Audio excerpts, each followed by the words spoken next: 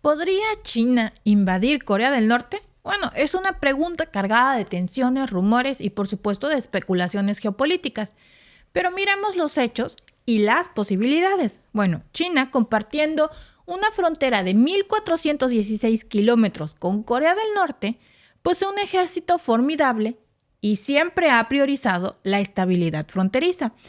Pero, ¿bajo qué circunstancias consideraría Beijing una intervención militar en el país de Kim Jong-un? Bueno, la relación entre China y Corea del Norte es muy compleja, tejida de estrategia y pragmatismo. Corea del Norte actúa como un amortiguador entre China y las fuerzas lideradas por Estados Unidos en la región. Sin embargo, la conducta desafiante y el programa nuclear de Pyongyang han tensado no solo las relaciones con Washington, sino también con Beijing. Y hay otro punto más aquí que debemos considerar. Para China, mantener la estabilidad en su frontera es primordial, mucho más que permitir un flujo descontrolado de refugiados norcoreanos cruzando hacia su territorio.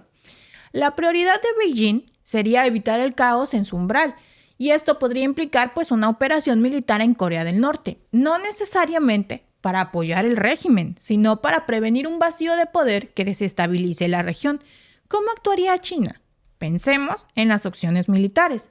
Las fuerzas del EPL en el comando del Teatro Norte, específicamente los ejércitos 78, 79 y 80, estarían en primera línea. Estas unidades potentes y bien equipadas podrían cruzar rápidamente la frontera, no solo para crear una zona de amortiguamiento, sino potencialmente para avanzar hacia Pyongyang. Ahora hablemos de números. ¿Qué enfrentaría China al cruzar la frontera? El EPC tiene solo 2 de sus 16 cuerpos cerca de China, con el grueso de sus fuerzas desplegadas más al sur, y esto plantea preguntas cruciales. ¿Cuánta resistencia podría ofrecer el EPC? Si el régimen aún controla estas fuerzas, podríamos ver una resistencia considerable. Sin embargo, la realidad estratégica de Corea del Norte, con sus limitadas reservas de combustible y recursos, podría dejar a muchas de sus unidades incapacitadas de combatir eficazmente contra China. Pero supongamos que el gobierno norcoreano colapsa. En este escenario, el EPC podría fragmentarse, transformándose en grupos desorganizados. Beijing, consciente de esta posibilidad, por supuesto que buscaría probablemente asegurar sus alianzas con los líderes militares norcoreanos antes de avanzar, facilitando una transición y evitando un conflicto directo. Pero ahora reflexionemos sobre la capacidad de combate del EPL. Aunque carece de experiencia reciente en conflictos a gran escala, pues China ha invertido masivamente en la modernización de sus fuerzas armadas. La doctrina militar china, que está enfocada en la guerra mecanizada y en la alta velocidad, junto con la insistencia de su líder Xi Jinping en la preparación para el combate, sugiere que el EPL estaría bien posicionado para una ofensiva rápida y decisiva hacia el corazón estratégico de Corea del Norte. Pero, ¿y si Estados Unidos y Corea del Sur lanzan simultáneamente una ofensiva desde el sur? Aquí las cosas se complican. Mientras que el objetivo común podría ser la eliminación del régimen norcoreano, los objetivos estratégicos divergentes de China y las fuerzas lideradas por Estados Unidos podrían provocar tensiones. Y este choque de intereses no solo aumentaría el riesgo de un enfrentamiento directo, sino que también complicaría las operaciones militares y las negociaciones posteriores al conflicto.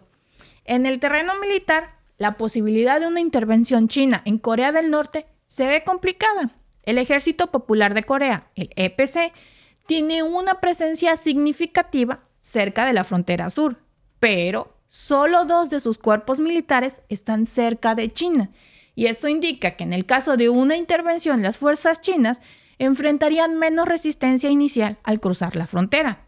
Los ejércitos 78, 79 y 80 del mando del Teatro Norte de China, como los mencionamos, controlan múltiples brigadas de armas combinadas y de apoyo, y también poseen una capacidad militar considerable. En una hipotética ofensiva, estas fuerzas podrían avanzar rápidamente hacia el sur, posiblemente buscando establecer un gobierno marioneta en Pyongyang para establecer la estabilidad, para poner de nuevo la estabilidad en Pyongyang, pues alineada con China, por supuesto. Pero ¿qué tan preparado está el EPC para resistir una invasión china? Si el régimen de Pyongyang se mantiene sólido, podría ofrecer una resistencia significativa, aunque limitada por las sanciones como la escasez de combustible que afectan su capacidad militar y que es tan necesario en cualquier defensiva u ofensiva. En cambio, en un escenario del colapso del gobierno, el EPC podría desintegrarse, facilitando la tarea del Ejército Popular de Liberación, el EPL chino, y el EPL de hoy es un ejército modernizado, equipado con tecnología avanzada y de punta y por supuesto preparado para la guerra mecanizada y de alta velocidad. Aunque carece de experiencia de combate reciente, en teoría, pues tiene una capacidad superior a la del EPC y no tienen restricciones de combustible. La modernización y la preparación para el combate pues son prioridades y prioridades claras de Beijing bajo la dirección de Xi Jinping. El escenario más complejo y peligroso pues sería la intervención donde las fuerzas de Estados Unidos y Corea del Sur también se involucren, por supuesto desde la parte sur, y este triángulo de fuerzas podría llevar a conflictos no solo con el EPC, sino también con las propias fuerzas aliadas, dado que los objetivos estratégicos de China pueden no alinearse con los de Estados Unidos y con los de Corea del Sur. Aunque una invasión china a Corea del Norte parece muy poco probable a corto plazo, debido a las implicaciones económicas, políticas y militares, no se puede descartar en un cambio de equilibrio estratégico. La estabilidad de la región pues pende de un hilo, con múltiples actores estratégicos vigilando cada movimiento del otro. La pregunta clave que sí está haciendo aquí es, ¿está China dispuesta a intervenir militarmente en Corea del Norte y bajo qué condiciones lo haría? Porque eso depende de una mezcla de factores geopolíticos, estratégicos y de seguridad regional que Beijing debe considerar cuidadosamente. La estabilidad en la península coreana es sin duda un asunto muy delicado y las acciones de China, ya son directas o sutiles, tendrán un impacto muy significativo en el equilibrio de poder en esta región. Pero lo que sí es que últimamente se ha rumorado mucho ya una intervención militar de China en Corea del Norte porque... Y agua salva porque en pocas cosas, o creo que en casi ninguna cosa, Estados Unidos y China podrían estar de acuerdo, pero esta podría ser una de ellas. Uh-huh. ¿Qué haría Washington frente a la posibilidad de que China invadiera Corea del Norte? Porque si te fijas, podría ser que le hiciera un favor a Washington. Porque cada vez vemos más cómo se les está saliendo de control la posibilidad de regular las pruebas nucleares de Corea del Norte, sus misiles balísticos. Acaban de lanzar 2 misiles balísticos fin de semana a las costas de Japón otra vez. Corea del Norte se ha quejado precisamente también de esto. ¿Qué haría Rusia? Corea del Sur, perdón. ¿Qué haría Rusia al respecto también? Porque acuérdate que la semana pasada el Kremlin estaba furioso porque le mandó más de la mitad de los cargamentos de las municiones que les vendieron defectuosas.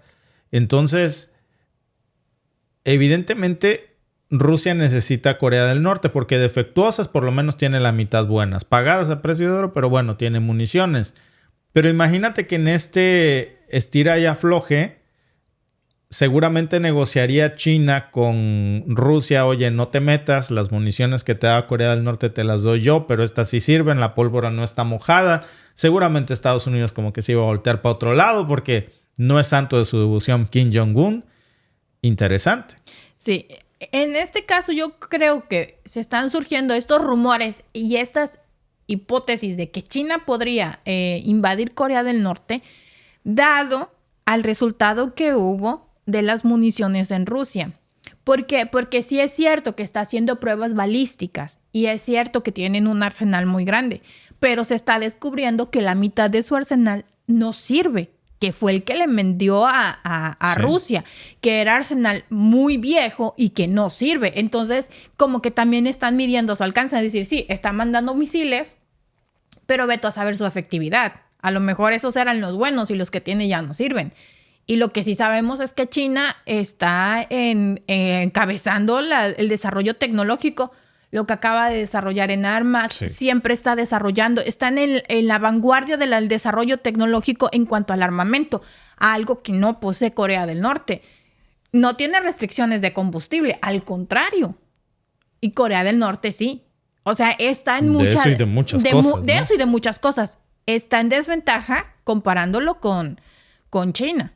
Sí, no hay punto de comparación.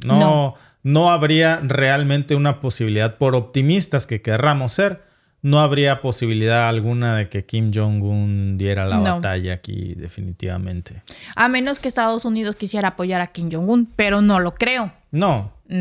El único Sobre que yo todo creo que porque Corea del Sur es aliado de Estados Unidos. Claro. Entonces, ahí sí no lo apoyaría porque sería darle la espalda a un aliado que es muy importante. Ya sabemos que en los juegos de poder siempre se olvidan las lealtades, pero en este caso a Estados Unidos le conviene seguir con la lealtad de Corea del Sur por el desarrollo tecnológico y de armas. Recuerden que Corea del Sur se está convirtiendo en uno de los principales países en el desarrollo tecnológico armamentístico. Entonces a Estados Unidos le conviene tenerlo de aliado, le conviene tenerlo cerca. El único que yo creo que pudiera como que tal vez decir, oye, no te pases, es mi cuate, podría ser Rusia. Pero si tú le das a Rusia a elegir entre ser amigo de China a ser amigo de Corea del Norte, conviene más. Pero por supuesto. Le conviene más China. O sea, hablando de interés, que esto es la geopolítica y esto es la política y esto es el mundo de los negocios. ¿Con quién le conviene más estar aliado? Con China. ¿Quién le ha ayudado más? China. China no le ha vendido armas defectuosas. No, interesante, Alba, porque estamos viendo aquí definitivamente pues cómo podría escalar otra posibilidad de conflicto. Como tú dices, tal vez no es tan probable, pero hoy es vigente. Y es una posibilidad más que vemos en el horizonte que cada vez está ganando más y más fuerza. Sí, que ya cada vez más analistas geopolíticos la están desarrollando más, la están tomando más. Y recuerden, amigos, que cuando el río suena es porque agua trae. Y por buenas razones. Por buenas razones. La captura del primer tanque alemán Leopard 2A6, precisamente por las fuerzas rusas en el frente ucraniano, ha sido más que un incidente militar. Es un momento simbólico en el conflicto entre Ucrania y Rusia. ¿Por qué es tan importante? ¿Y por qué pone esto en peligro a la OTAN? El Leopard 2, en servicio en más de 20 países actualmente, es considerado de hecho uno de los tanques militares más avanzados del mundo. Fue diseñado en Alemania precisamente en los años 70 y ha sido la columna vertebral de las fuerzas blindadas de la OTAN. Cuando Alemania envió precisamente 18 tanques Leopard 2A6 a Ucrania, cometió tal vez uno de sus peores errores. Había esperanzas de que estos tanques cambiaran el rumbo de la guerra, pero no fue así. La realidad fue muy, pero muy distinta. Fíjense en esto, de esos 18 tanques, hoy muy pocos quedan ya sobrevivientes en el frente de batalla. ¿Cuál es la razón si son tan poderosos? El duro entorno del combate, la falta de repuestos y, por supuesto, la falta de preparación de los operadores de esos tanques de guerra en suelo ucraniano. Ahora, con un Leopard 2A6 en manos de las tropas rusas, la preocupación que está surgiendo precisamente es que Moscú pueda desentrañar y explotar todas las vulnerabilidades, calcar el plano de este carro de combate poderoso. ¿Y qué pasa si Rusia logra desentrañar precisamente toda la tecnología del Leopard 2A6?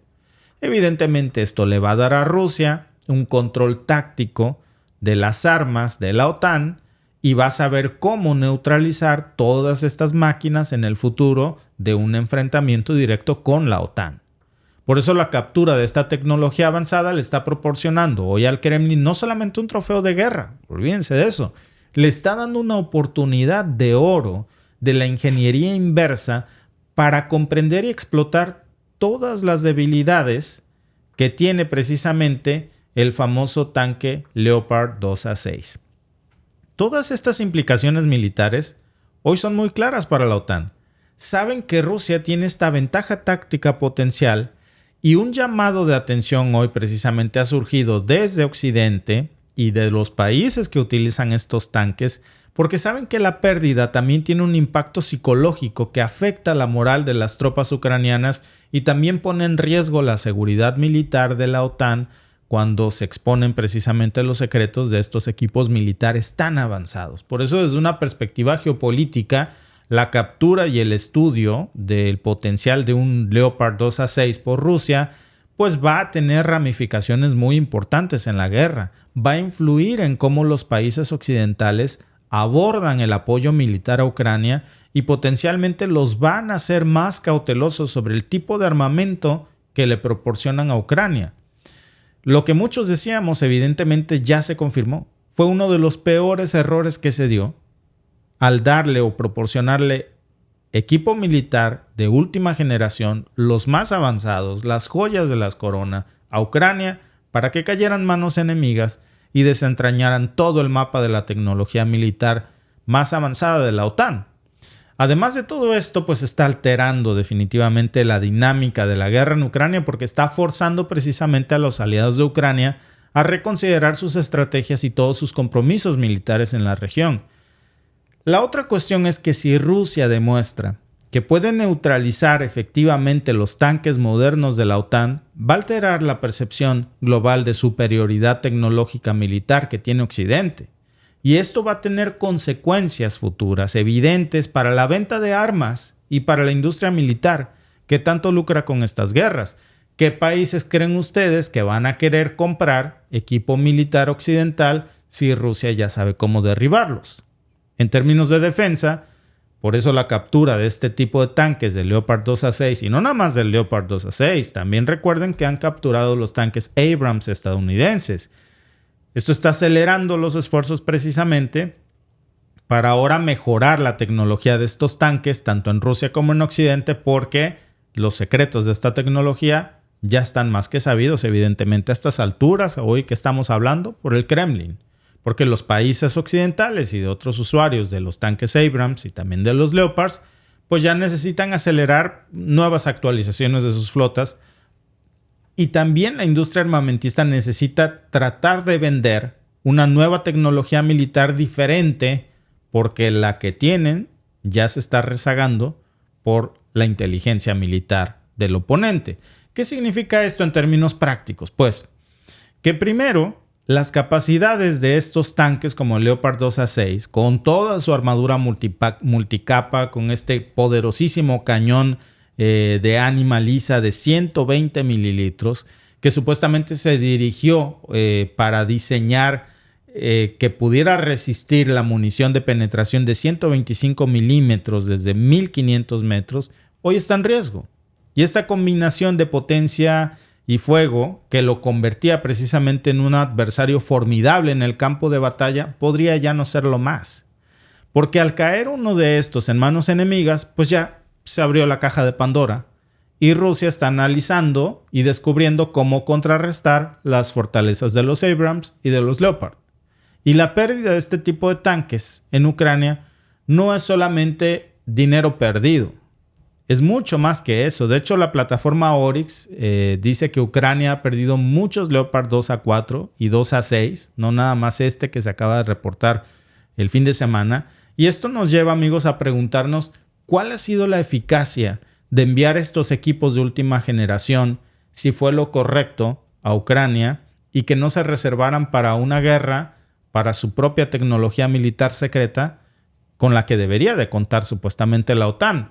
Porque con esto se están disparando precisamente las pérdidas no solo de los tanques, sino de la tecnología militar de última generación, y se ha abierto una línea en el frente de guerra que expone a, me atrevería a decir, a la tecnología militar occidental, Alba. Sí, sobre todo porque cuando inició la guerra, recuerdan que mucho se decía que Vladimir Putin tenía pura tecnología obsoleta, que los tanques eran de la Unión Soviética, de la era de la Unión Soviética.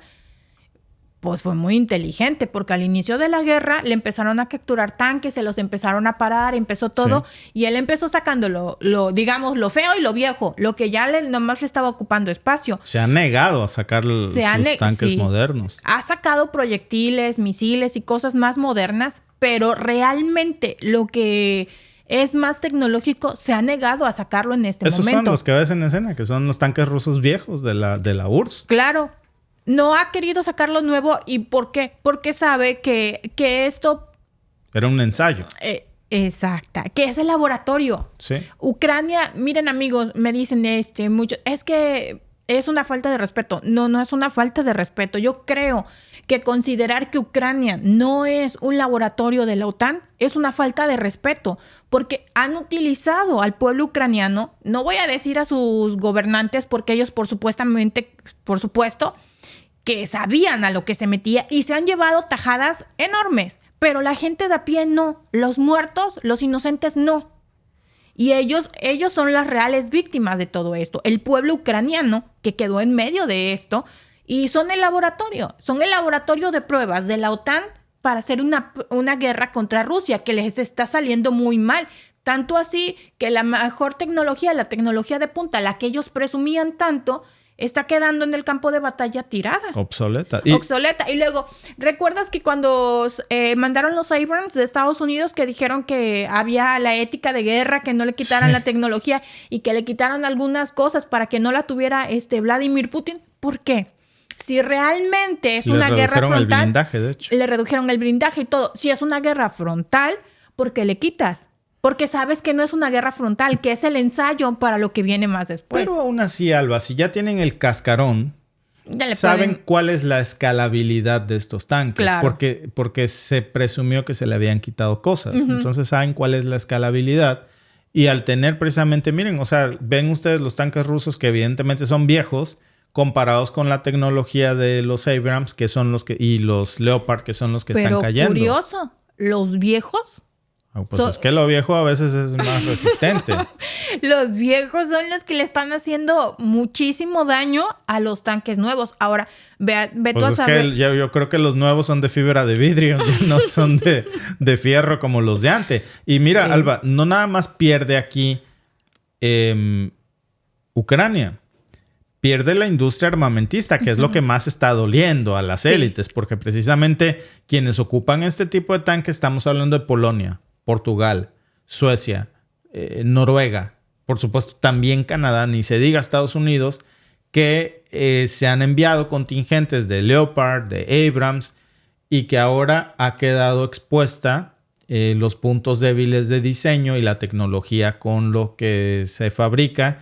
Y evidentemente esto en manos del enemigo no son noticias buenas para ninguno de los países que los mandan. Ahora, el problema que tienen, repito, es que la industria armamentista tiene que encontrar algo nuevo que vender, porque ya son cartuchos quemados.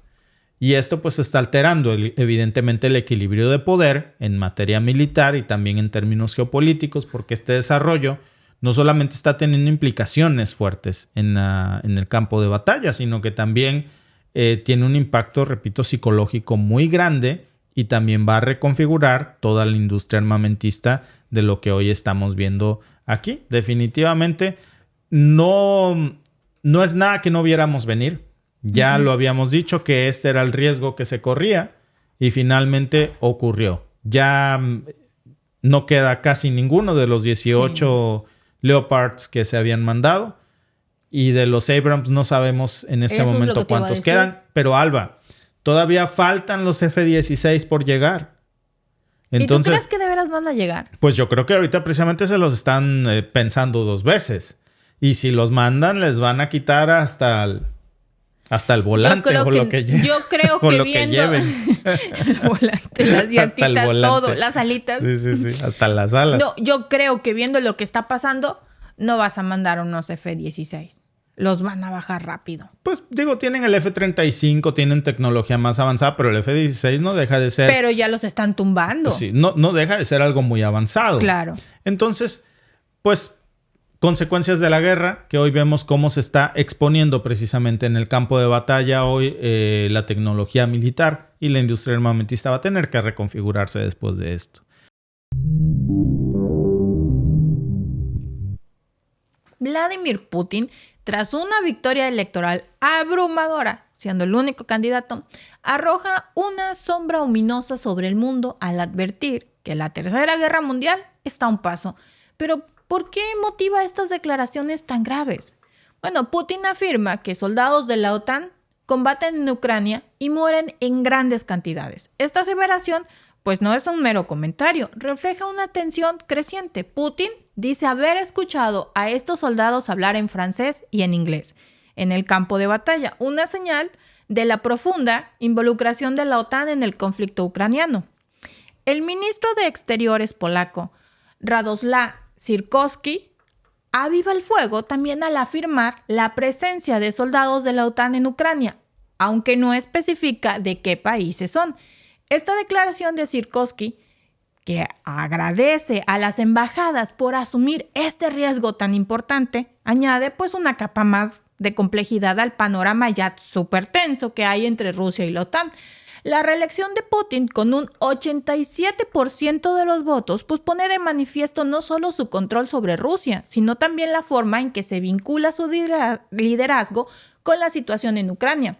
La alta participación electoral, que es la mayor desde 1991, pues es el reflejo de que Putin tiene el apoyo popular y sus acciones en Ucrania han sido muy bien recibidas por los rusos y lo ven como una defensa con arma en las manos de los intereses rusos, lo ven como el gran defensor. Mientras tanto, en el frente, pues la situación es aún más complicada. Milicias anti-Kremlin están luchando junto al ejército ucraniano y afirman haber infligido grandes bajas al ejército ruso. Estas milicias, con nombres como la Legión Libertad para Rusia, el Cuerpo de Voluntarios Rusos y el Batallón Siberiano, no solo combaten en el terreno, sino que también representan una oposición política significativa a Putin, ganando apoyo entre facciones de la oposición rusa en el exilio. La incursión de las milicias en territorio ruso en regiones como Belgorod y Kursk no solo amplifica el conflicto más allá de Ucrania, sino que también lo introduce en el mero corazón de Rusia, poniendo en entredicho la estabilidad del régimen de Putin. Estas acciones pues revelan vulnerabilidades sorprendentes en la defensa de Rusia y exponen fisuras externas que pueden ser más profundas de lo que se percibe públicamente. Pero, ¿cuál es el verdadero alcance de este desafío a Putin y qué significa para la estabilidad global? Bueno, pues primero vamos a considerar el impacto interno en Rusia. Las incursiones en Belgorod y Kursk no son solo ataques físicos, son ataques simbólicos al poder de Putin, erosionando pues su imagen de líder invulnerable. La capacidad de estas milicias para penetrar en Rusia y causar bajas sugiere que la oposición de Putin dentro de Rusia es más audaz y organizada de lo que antes se creía. Además, estos ataques podrían estar alimentando pues el descontento interno, tanto en la población como en las élites políticas y militares, debilitando la posición de Putin. Ahora, ampliemos el lente para ver todas las tensiones internacionales. La afirmación de Putin de que soldados de la OTAN están muriendo en grandes cantidades en Ucrania, pues intensifica la narrativa de un conflicto que ya no es regional, sino global. Aunque las naciones de la OTAN han negado la participación directa de sus tropas en el conflicto, la presencia de personal militar internacional en Ucrania, incluso en roles de asesoramiento o entrenamiento, pues agrega una capa de complejidad diplomática y que ya ha sido confirmada. De hecho, la percepción de una participación de la OTAN pues puede ser utilizada para justificar una escalada militar, argumentando que están los rusos defendiendo su soberanía contra la invasión occidental. Y este escenario pone a la OTAN en una posición complicada. Por un lado, debe apoyar a Ucrania en su resistencia porque fue lo que le prometieron, y por otro, debe evitar ser arrastrada directamente a un conflicto con Rusia.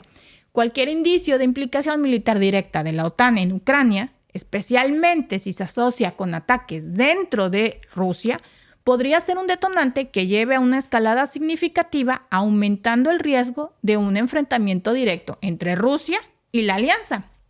La situación de Belgorod y Kursk, junto con las acusaciones de participación de la OTAN, podría estar reforzando a la comunidad internacional a una encrucijada peligrosa. Si se confirma que las milicias reciben apoyo o inteligencia de la OTAN, esto no solo justificaría la narrativa rusa de una guerra defensiva, sino que también podría empujar a otros países a tomar partido, expandiendo, por supuesto, el conflicto mucho más allá de Ucrania. porque si se lo están haciendo a Rusia, se lo pueden hacer a cualquiera. La preocupación por una escalada mundial pues se intensifica con la retórica de Putin sobre una potencial tercera guerra mundial. Al mencionar este extremo, Putin no solo advierte sobre la gravedad del conflicto, sino que también prepara el terreno pues para justificar acciones militares más agresivas. Y la comunidad internacional, por lo tanto, pues se encuentra en un dilema: cómo apoyar a Ucrania o disuadir la agresión rusa sin cruzar líneas que podrían desencadenar una confrontación más amplia. Porque este es lo que hemos estado viendo. El apoyo expresado en Kiev a estas milicias por figuras como Garry Kasparov y Mikhail Jodorkovsky, mi ruso no es tan bueno, subraya la dimensión internacional de este conflicto. No solo se trata de una guerra en Ucrania, sino de un enfrentamiento mucho más amplio que cuestiona el gobierno de Putin y pone en relieve la disidencia rusa contra su gobierno. El contexto de estas declaraciones y acciones sugiere pues una compleja red de confrontación militar, de tensiones políticas y luchas por el poder que van mucho más allá de las fronteras de Ucrania y de Rusia.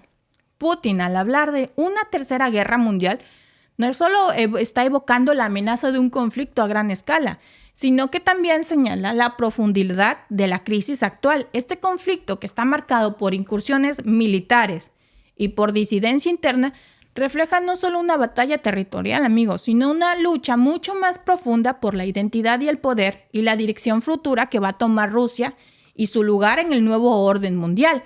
Y cada vez este discurso de que una nueva guerra está por desencadenarse se oye cada vez más fuerte. Y cuando vemos que supuestamente vendía la OTAN y vendía a Ucrania la idea de que era una guerra entre Rusia y Ucrania, pues cada vez se va cayendo esa careta más. Todos sabíamos, digamos como atrás de cámaras, todos sabíamos que la OTAN estaba en esto, pero que ahora sí Putin tenga la certeza de que sí, porque dice que ha escuchado soldados hablando en inglés y francés, pues digamos que ahora va teniendo más pruebas de que realmente es la OTAN la que está en el campo de batalla y no soldados rusos. Pero fíjate, Alba, cómo el hecho de que uno de los primeros actos oficiales de Putin como presidente una vez más electo sea advertir que la Tercera Guerra Mundial está a un paso, tiene implicaciones profundas, porque uno pensaría que el tema bélico es una bandera electoral, y una vez que, digo, es normal, en todos los países del mundo siempre hay un discurso de campaña. Sí, siempre hay un discurso de campaña, pero cuando se asume el poder siempre se atempera, siempre se apacigua, se cambia. Pero aquí no, al contrario, no se atempera, sino que se escala. O sea, ¿qué quiere decir? Que no es solamente una cosa electoral, sino que evidentemente estamos hablando de una cuestión, de una amenaza que se percibe como real, de algo que no es solamente una campaña electoral, sino una escalada militar que cada vez está poniendo más al mundo al borde de la guerra. Sobre todo con estos grupos anti-Kremlin que les estaba comentando. Estos grupos que si se demuestra que realmente, que no tengo pruebas, pero ni tampoco tengo dudas, porque si ya sabemos cómo funcionan este tipo de grupos separatistas, que son financiados muchas veces por naciones externas que tienen intereses en debilitar o fracturar gobiernos que se salen de su alcance, si se comprueba que realmente reciben financiamiento de ellos, eso sí va a ser otra gotita más a ese vaso que se está rebosando. Entonces se ven muy organizados. Digo, hasta el nombre, ¿no? Claro. O sea, ya tienes hasta un nombre, seguro tienen hasta un acta constitutiva, reglamentos, todo. ¿De dónde sacan? ¿Quién los financia? Sí, exacto. ¿De dónde sacan ese arma? Sobre todo en un momento en donde, Alba, las armas son muy preciadas en este conflicto para ambos bandos. No queda un espacio al limbo para que, y sobran estas para este de en medio. Siempre vemos cómo este tipo de grupos paramilitares cumplen una función precisamente dentro de ambos bandos. Digo, en Ucrania hay grupos paramilitares como todos los que nos hablaste que tienen una función específica de desestabilización en suelo ruso, y también Rusia tiene lo mismo de estos grupos paramilitares tan famosos como los Wagner, por ejemplo, y muchos más, los chechenos, que tienen la misma función, no nada más en Ucrania, sino en todas partes. Estados Unidos también tiene grupos paramilitares. Sus famosos contratistas. Los famosos contratistas chinos, ni se diga, Claro. están formando grupos paramilitares por montones. Francia, Inglaterra. La Legión Francesa, por ejemplo. O sea, no es algo nuevo ni exclusivo de un solo país, que digamos, es que solo Rusia los tiene o solo Estados Unidos.